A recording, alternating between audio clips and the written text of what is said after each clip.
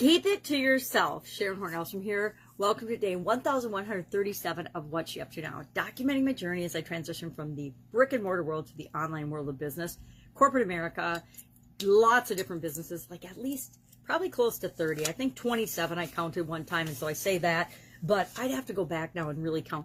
Plus now at this point in my online adventure, I would have to count how many things and how many different things I've done online and tried online and continue to do or don't do online. Lots.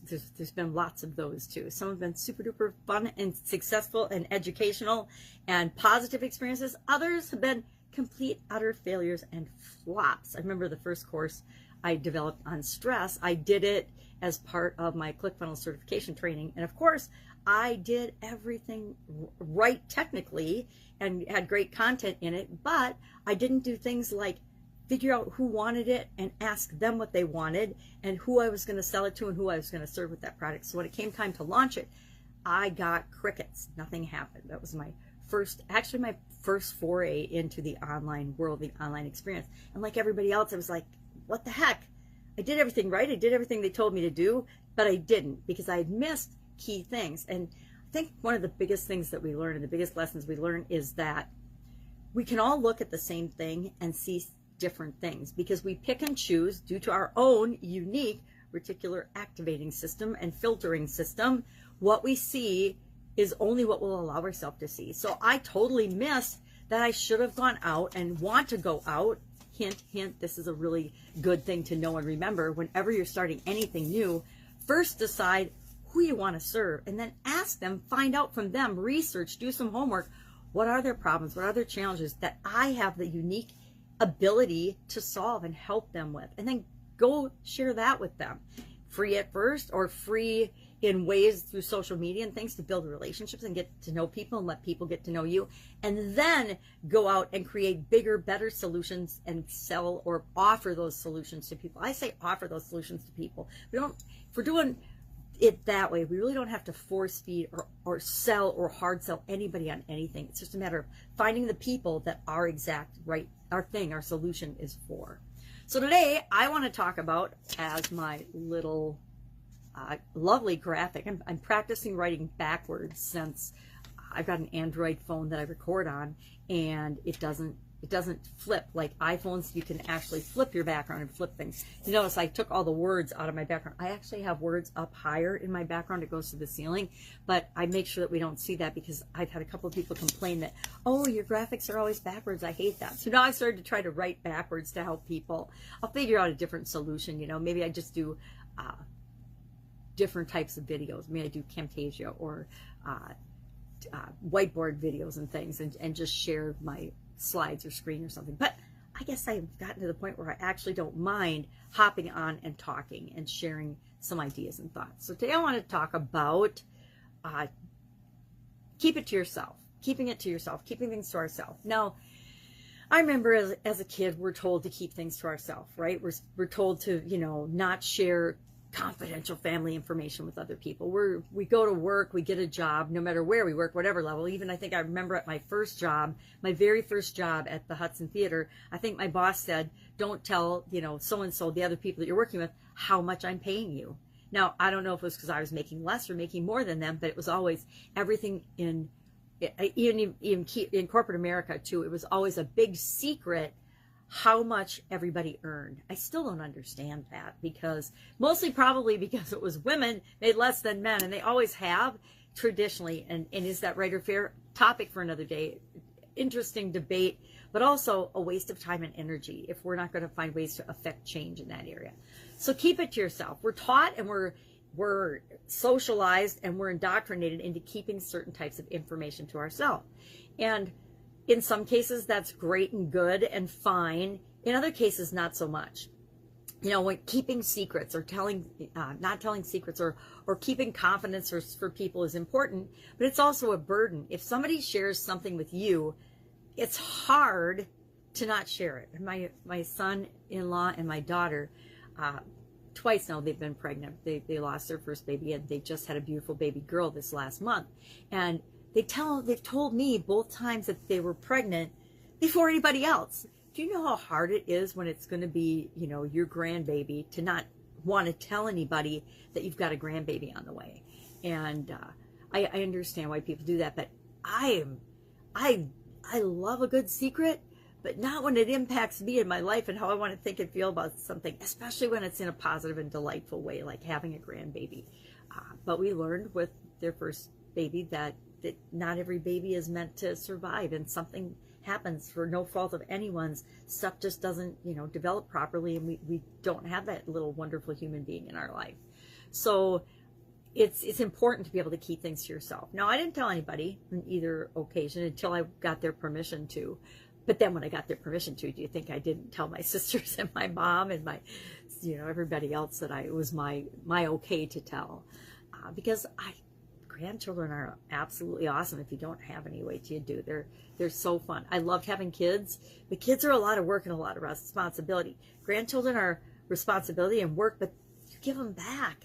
You don't keep them all the time, and so you can have more fun. And we're so much more relaxed, or at least I am so much more relaxed as a grandparent than as a parent. Although I don't ever want anything to happen to them during my watch. I'm still a little paranoid like I was as a mom.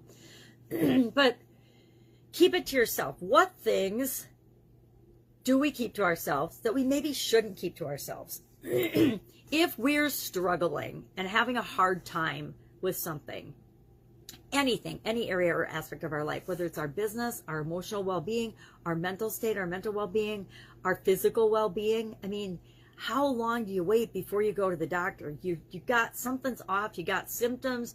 How long do you wait before you go to the doctor? Depends, right? It depends how serious you think it is. Now, I got a mother-in-law, ex-mother-in-law, who Googles everything. So to many people, Google and the internet have been their friend, but to others, especially when it comes to diagnosis, people will go online now and try to diagnose themselves, which is okay, except they don't try to not diagnose themselves. They go and they search everything possible to find out what's wrong with them. Now, why do we search so hard to find out what's wrong with us? Because then we think we can fix it. Guess what? We're not broken. No matter what's going on with us, we absolutely positively are not broken. Do we have to go through some things, some experiences to figure our life out? Absolutely. But it doesn't mean there's anything wrong with us. That is just the nature of being a human being. So sometimes we keep things to ourselves too long. I mean, if we are challenged and needing help, and I'm guilty of this as well, I'm legally blind, and at some point I kept it to myself for a long time, but at some point I needed to give up my driver's license, which meant I needed to ask people, or with COVID, Uber and Lyft are out the window, and taxi cabs didn't go to where my whole house was. So I had to make some accommodations and changes and ask for help, which is a challenge for some of us. But at some point, do you just suffer in silence and unnecessarily? I'm coming to believe that all suffering and a whole lot of pain, a huge percentage of the pain that we experience, is not required. It's absolutely positively optional. Now, it's hard to look at somebody who's in excruciating pain and say pain is optional, struggle is optional. I think struggle is absolutely positively optional. We make ourselves struggle for all kinds of things that we put all these rules and these expectations on ourselves that we absolutely positively don't have to struggle through. We're taught and we're told most of our life, at least in my experience, life is hard. You have to struggle. You have to grind. You have to work hard to get what you want. And that's absolutely positively one big fat lie. It's a lie. It's a lie that other people tell us. Sometimes it's a lie to protect themselves. Sometimes it's a lie to protect ourselves from actually going for the things that we want. Sometimes it's a false belief that other people have given us and we've adopted because we believe them. We saw them work hard. We saw them strive. We saw them struggle their whole life, and they really didn't get very far.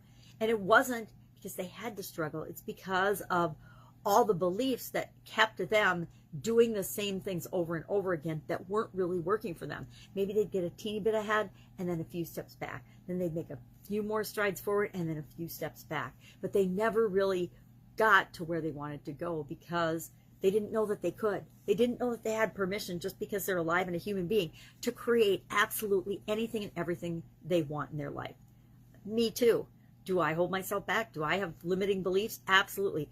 Do I think they're limiting beliefs? Heck no.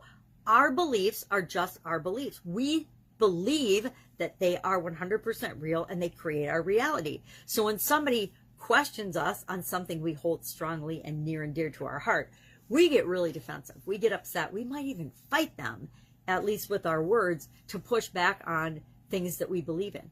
But one of the most powerful exercises each and every one of us can do anytime is to ask ourselves, where did that belief come from? Why do I have that belief? Do I honestly even believe that anymore? Following my sudden cardiac arrest, I did a lot of soul searching and trying to figure out how I had gotten my life in such a funky spiral that I could actually drop dead. And then, what the heck? Why am I so fortunate and lucky and grateful to just be here every single day, living my life, and that I didn't check out forever when I hit my, around my 50th birthday. Well, it was not around my birthday, but when I was 50. Why am I still here 10, soon to be Friday, 11 years later? Why is that? What's the explanation? And that led me on a journey to say, okay, I need to learn and figure this out. And I need to really look at what the heck am I doing? And how do we know what we believe? How do we know what we are thinking about most of the time? All we have to do is look at, honestly, put the magnifying glass on and look at the results we're getting in our life right now.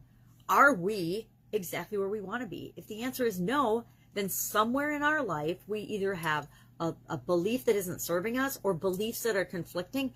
Most of us have conflicting beliefs inside of us, in our subconscious, running both their programs all the time, beating each other up, knocking heads over what to do and what not to do. Maybe you know on a conscious level that it's important to be decisive and to be able to make quick decisions. But on another level, subconsciously, you have an overwhelming desire and need to be safe and to avoid risk because your mom or your dad or your friend or your aunt or your uncle or an acquaintance or a significant other told you that you have to be safe no matter what. You have to always be careful. And so you've got safety bumping up against desires to create more. And whatever's going to win is whatever story and belief you have is stronger and is more prevalent at the time you're thinking about looking at an opportunity or doing something.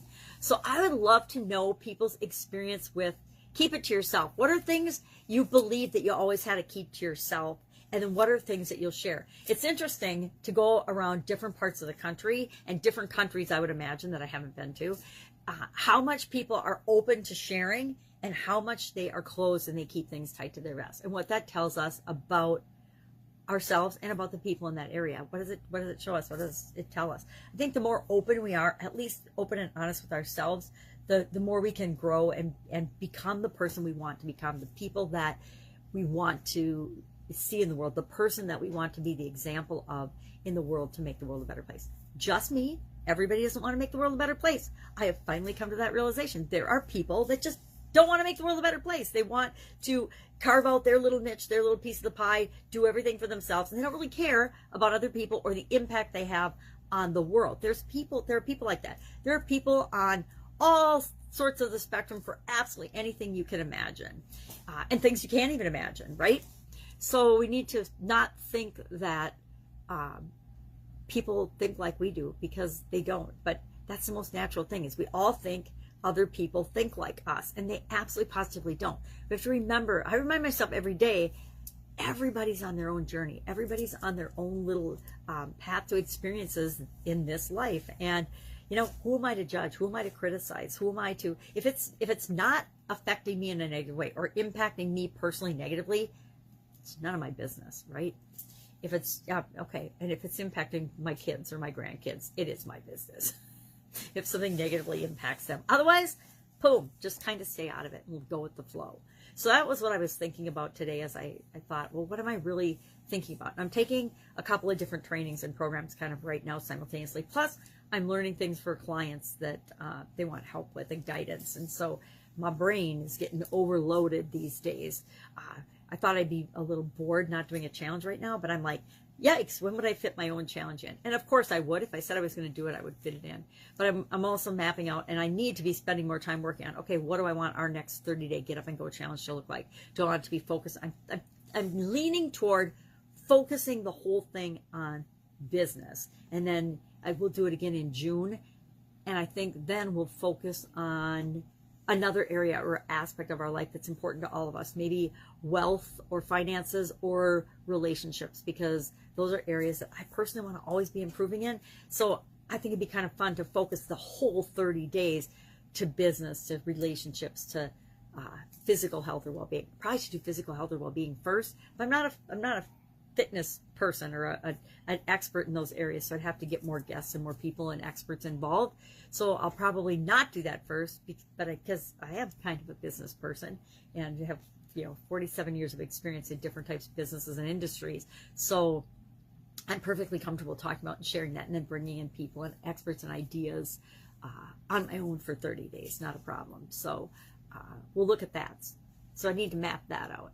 Today, our Do One Thing Every Day, our 365-day annual challenge this year is to do one thing every day that centers you or centers me. And today was about bliss, following your bliss. And I remember the first time I probably heard this was in the movie The Secret. And Lisa Nichols said it in the second version of the movie that I saw, and I saw that one first. And I was like, what the heck does that even mean, follow your bliss? And it means just go and follow the things that make you feel good. Do the things that make you feel good. Follow, and that's the trail that you're supposed to be on. That's the path that you're supposed to be on. Not all these other things that make us feel rotten and make us, we feel like we should or we have to do something. If I feel like I have to do something, or I should, I don't want to do it, even if it's kind of something I like to do. It's hard when other people expect you to do something and it's not really in alignment with what you want to do. On the other hand, it's super easy to do the things that you love and the things that you want to do and the things that you're excited about. Even if it's the hardest thing you've ever done, it feels easy and you love every minute of it because it's something that inside of you really want to do. So today was about following our bliss. And our expression and idiom, which sort of led to my topic today for this whole, video or podcast episode, whatever you're listening to, is if you don't have anything nice to say, don't say anything at all. And I always liked, if you can't say anything nice, don't say anything at all. And I've used that. I've used it on my kids. I'm sure I taught that to my kids. I'm sure I learned it from my mom and my dad and my kindergarten teacher and bosses and other people along the way. Because it's a well-known expression and reminder of, hey, make sure that you're in your lane. If it's not your business and you're not going to share something with someone because you're intending to help them, just walk on by. Don't say anything. Keep it to yourself, whatever works or expression works for you as a reminder. And I'm definitely thinking these days, if you don't have anything kind to say, or if you don't have anything constructive or valuable, and guess what? Not valuable to you, but valuable to the other person. If I am commenting on something or giving somebody feedback, I want to always be giving it with the intention of absolutely positively helping and serving that person. I don't want to just spew out my opinion on something. I want to be able to help and serve people. And if it doesn't do that, if it's not for their benefit, and I mean for their benefit, then just don't do it. Keep it to yourself. Don't say it. If it's just to get something off your chest, tell it to the pillow, right? Tell it to your pillow. Follow your dream. Tell it to your dog or cat. But don't inject yourself in other people's business if it's none of your business. So that is our work for today. I am already late for a call, so I'm going to hop on that. Go out, make it an absolutely amazing day. If you've got a challenge or a problem or something online or offline business related, or some of the things that we've talked about, any of the topics we've talked about, and you'd like my opinion or my 2 cents, even though it's none of my business, but you'd like some guidance or somebody to ask you questions and help, hit me up in the comments or direct message me below. Otherwise, I'll be with you tomorrow to share what I'm doing now every single day as I transition from the brick and mortar world to the online world. Have an absolutely amazing and awesome day, and follow your bliss. Find something to be happy and joyful about, and move toward that. Move toward the things that make us feel good and away from the things that don't make us feel good. If we just all were to live on that basis, the world would be a much, much better place. All right, catch you tomorrow.